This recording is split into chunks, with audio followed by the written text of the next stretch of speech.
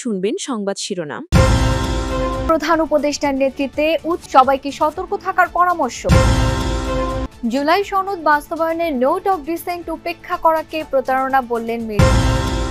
স্মারকলিপি দেবে জামায়াত সহ ৮ সমমনা দল। সনদ বাস্তবায়নে সরকারের পক্ষ থেকে সাড়া পেলেই সই করবে এনসিপি।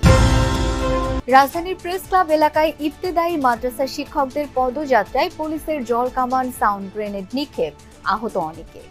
আসসালামু আলাইকুম। এতক্ষণ শুনছিলেন সংবাদ শিরোনাম, এখন শুনবেন বিস্তারিত।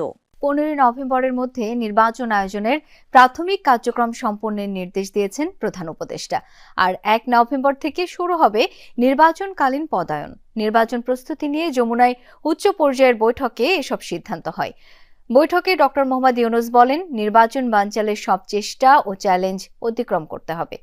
বিকেলে ফরেন সার্ভিস একাডেমিতে প্রধান উপদেষ্টার প্রেস সচিব জানান, গত 3 নির্বাচনে রিটার্নিং অফিসার, পোলিং অফিসার ও প্রিজাইডিং অফিসারের দায়িত্বে থাকা কাউকে এবারের নির্বাচনে রাখা হবে না। প্রধান উপদেষ্টা ডক্টর মোহাম্মদ ইউনূসের ঘোষণার পর থেকেই নির্বাচনী আমেজে রাজনৈতিক দলগুলো। ফেব্রুয়ারিকে সম্ভাব্য সময় ধরে চূড়ান্ত প্রার্থী মনোনয়নে ব্যস্ত সময় পার করছে বিএনপি, জামায়াত সহ অন্যান্য দল। এনসিপি সহ বিভিন্ন দল নির্বাচনকে ঘিরে জোট গঠনের আলোচনাও আছে। নিজ নিজ এলাকায় নির্বাচনী প্রচারেও সক্রিয় সম্ভাব্য প্রার্থীরা, জানিয়ে সাধারণ জনগণের মাঝেও সৃষ্টি হয়েছে উৎসাহ আর আগ্রহ।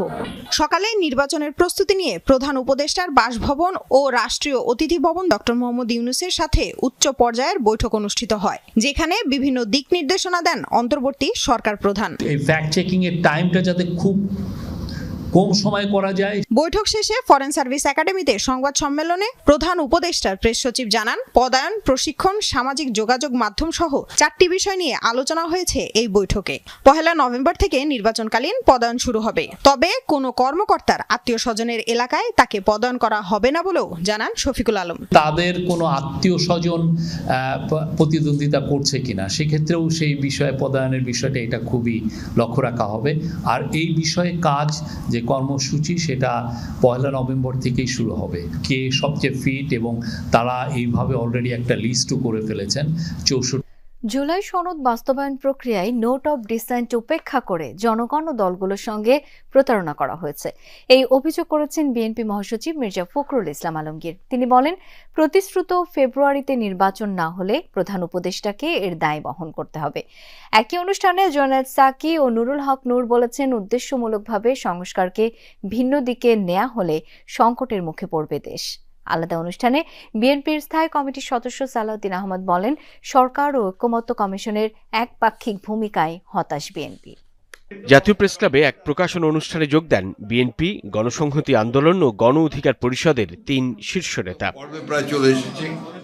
অনুষ্ঠানে বিএনপি মহাসচিব জুলাই সনদ বাস্তবায়ন প্রক্রিয়া সংশোধনের আহ্বান জানান। তিনি বলেন, বিভিন্ন দলের নোট অব ডিসেন্ট সনদে উল্লেখ থাকার বিষয়ে ঐকমত্য হয়েছিল কমিশনের আলোচনায়। নোট অব ডিসেন্ট পুরোপুরি উপেক্ষা করা হয়েছে, ইগনোর করা হয়েছে।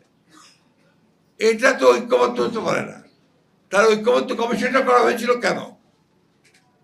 এই ঐক্যবদ্ধ কমিশন, এটা আমি বলবো যে জনগণের সঙ্গে এটা একটা প্রতারণা, রাজনৈতিক দলগুলোর সঙ্গে এটা প্রতারণা। কোনো একটা গোষ্ঠী কিংবা একদল লোক কিংবা একটা আন্দোলনকারী শক্তি, তারা অনেক কিছুর ইনিশিয়েটিভ নিচ্ছে, কিন্তু জনগণের অনুমোদন ছাড়া শেষ পর্যন্ত কিন্তু এটা বৈধতা পায় না। ফলে সংস্কার যে শেষ পর্যন্ত জনগণের অনুমোদন লাগবে, সংবিধান বদলাতে হলে আমাদের একটা পার্লামেন্ট লাগবে, সেই কথাটা আমরা বারবার বলেছি। মানে এখানে বিএনপি একাধিকবার রাষ্ট্র পরিচালনা করেছে, তাদের পরামর্শ সরকার নিতে পারে যে কোনো সময়, তাদের সাথে বসতে পারে। কিন্তু জামাত, এনসিপি কে কোন ক্যাটাগরিতে তারা 3টা দল হিসেবে এস্টাবলিশ করে এই ক্যাটাগরি করে যাচ্ছে, এদিকে ডক্টর ইউনূস পারেন। মির্জা ফখরুল বলেন, যারা বাংলাদেশকে অস্থিতিশীল দেখতে চায় তারা শক্তিশালী হচ্ছে। যেটুকু সংস্কার দরকার সেই সংস্কারগুলো করে আপনি একটা জনগণের যে কাছে গ্রহণযোগ্য নির্বাচন দেবেন, সেই নির্বাচনের মধ্যে যে পার্লামেন্টে আসবে সেই জাতীয় প্রেস ক্লাবে যৌথ সংবাদ সম্মেলন করে জামায়াতের নেতৃত্বে সমমনা 8টি দল। সংবাদ সম্মেলনে জামায়াতের সেক্রেটারি জেনারেল দ্রুত গণভোটের তারিখ ঘোষণা করতে অন্তর্বর্তী সরকারের প্রতি আহ্বান জানান। সংস্কারের কোন কোন বিষয়ে গণভোট হবে তা জানানোর দায়িত্ব ইসির বলে উল্লেখ করেন তিনি।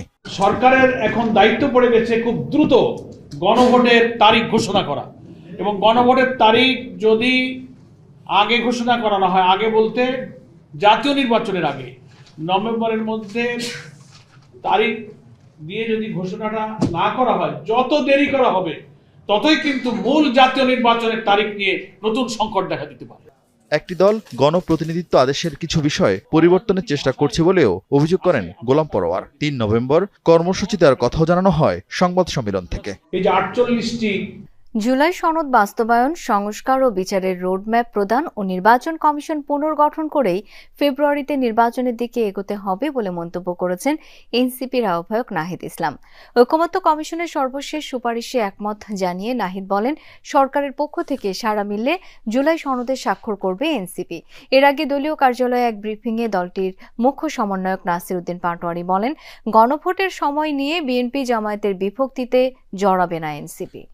নির্বাচনকে সামনে রেখে দল গোছাতে ব্যস্ত এনসিপি। নেতারা ছুটছেন দেশের এক প্রান্ত থেকে আরেক প্রান্তে। এরই ধারাবাহিকতায় বুধবার চলছে রংপুর বিভাগের সাংগঠনিক কার্যক্রম। মহানগর, জেলা ও উপজেলা আহ্বায়ক কমিটি গঠনে নেওয়া হয় প্রার্থীদের সাক্ষাৎকার। এই কার্যক্রমে অংশ নেন দলটির আহ্বায়ক নাহিদ ইসলাম, সদস্য সচিব আখতার হোসেন, উত্তরাঞ্চলের মুখ্য সংগঠক সার্জিস আলম সহ কেন্দ্রীয় ও বিভাগীয় নেতারা। সন্ধ্যায় নগরীর পর্যটন মোটেলে প্রেস ব্রিফিং করেন এনসিপি। দলটির সদস্য সচিব আখতার হোসেন বলেন, 17 তারিখে জুলাই সনদে স্বাক্ষর করলে ইবতেদায়ী মাদ্রাসা জাতীয়করণের দাবিতে আন্দোলনরত শিক্ষকদের সঙ্গে পুলিশের সংঘর্ষ হয়েছে। এতে আহত হয়েছেন বেশ কয়েকজন। 5 দফা দাবিতে গত 17 দিন ধরে প্রেস ক্লাবের সামনে অবস্থান নিয়ে আন্দোলন করছেন ইবতেদায়ী মাদ্রাসার শিক্ষকরা। আজ ব্যারিকেড ভেঙে সচিবালয়ের দিকে এগোতে চাইলে এই ঘটনা ঘটে। দাবি আদায় না হওয়া পর্যন্ত আন্দোলন চালিয়ে যাওয়ার ঘোষণা দিয়েছেন তারা। ইবতেদায়ী মাদ্রাসা জাতীয়করণ সহ 5 দফা দাবিতে গত 17 দিন ধরেই প্রেস ক্লাবে অবস্থান করছিলেন বিভিন্ন জেলা থেকে আগত শিক্ষকরা। বুধবার দুপুর 2টার পর প্রেস ক্লাব থেকে মিছিল নিয়ে সচিবালয়ের দিকে পদযাত্রা শুরু করেন শিক্ষকরা। এক পর্যায়ে পুলিশের ব্যারিকেড ভেঙে এগিয়ে যেতে চাইলে শুরু হয় হাতাহাতি। পরিস্থিতি নিয়ন্ত্রণে সাউন্ড গ্রেনেড ও জলকামান নিক্ষেপ করে পুলিশ। এতে আহত হন বেশ কয়েকজন শিক্ষক। এই জায়গায় এই হাত আগে গেছি, তখন এই জায়গা তো আবার ডান লাগিয়েছে। এমন ভাবে মারে, নির্মম নির্যাতন। আমার এই হাতের কনুর ভিতরে ফেটে গেছে। আমার এই পিছনে পায়ের পিছন সাইডে অন্তত 10টা বাড়ি দিয়েছে। ঢাকা মেডিকেল কলেজে প্রাথমিক চিকিৎসা নিয়েছেন প্রায় অর্ধশত শিক্ষক। শেষ পর্যন্ত সচিবালয়ে যেতে না পেরে আবারও প্রেস ক্লাবের সামনে ফুটপাথের ওপর অবস্থান নেন আন্দোলনরত শিক্ষকরা। দিতে থাকেন স্লোগান। আইন শৃঙ্খলা বাহিনীর পক্ষ থেকে জানানো হয়, শান্তিপূর্ণ আন্দোলন করলে সর্বোচ্চ সহযোগিতা করা হবে। প্রাথমিকভাবে মৌখিক সতর্ক করার পরে যখন তারা যাচ্ছিল না, তখন আমরা জল কামান এবং সাউন্ড গ্রেনেডের মাধ্যমে তাদেরকে জায়গা থেকে সরিয়ে দিই। এখন স্বাভাবিকভাবেই তারা আবার তাদের অবস্থানেই আন্দোলন করছে শান্তিপূর্ণ।